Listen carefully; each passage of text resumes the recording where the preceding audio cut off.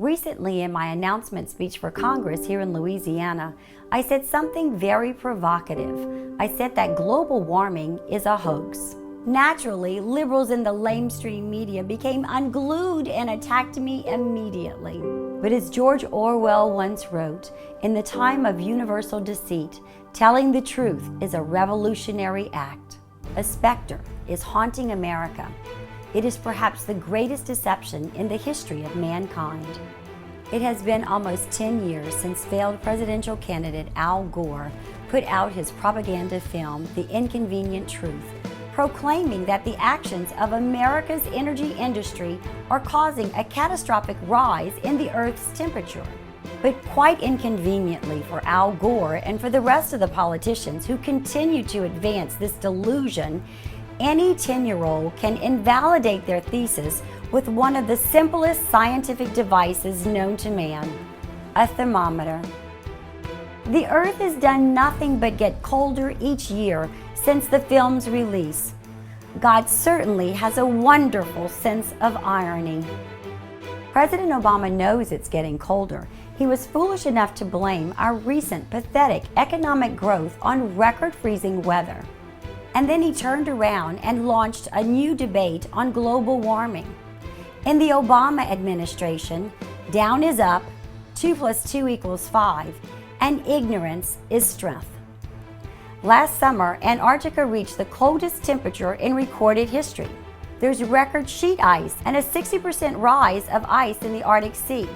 Polar bears have been forced out of their habitat because of overpopulation. Liberals have professed that global warming would cause an increase in severe weather systems, such as hurricanes, and they blame global warming every time these dangerous storms take place.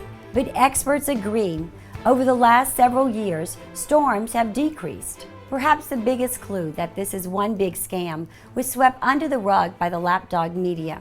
A computer hacker obtained access to the mail server at the Climate Research Center of East Anglia in the UK and downloaded over 1,000 emails proving without a shadow of a doubt that these so-called scientists had falsified data. The conspiracy of global warming has had a devastating effect on the American dream. The rise of modern society since the first refinement of crude oil in 1847 is no coincidence. America's energy producers fueled the Industrial Revolution, which caused never-before-seen advances in living standards for the masses of ordinary people. It was the burning of oil that energized the foundation of a real middle class in the 20th century, giving them access to new luxuries such as electric lights, refrigeration, and automobiles. It was free market capitalism that created the wealthiest society the Earth had ever seen. But now, both capitalism and our energy industry are under attack, and the hoax of global warming is the dagger. Americans must stop putting up with this ruse. There's too much at stake. We need to free America's energy producers to power a new American renaissance. This would create millions of new jobs here at home and provide the resources to tackle the actual apocalyptic event of our day, $18 trillion of national debt. Dramatically increasing our exports of oil and natural gas would change the globe. We could replace Russia as Europe's primary energy provider, instantly drying up Putin's wealth and with it, his renewed Russian nationalism. We could also cripple the economies of the Middle Eastern nations who spend much of their oil profits developing new ways to blow the United States off the face of the earth.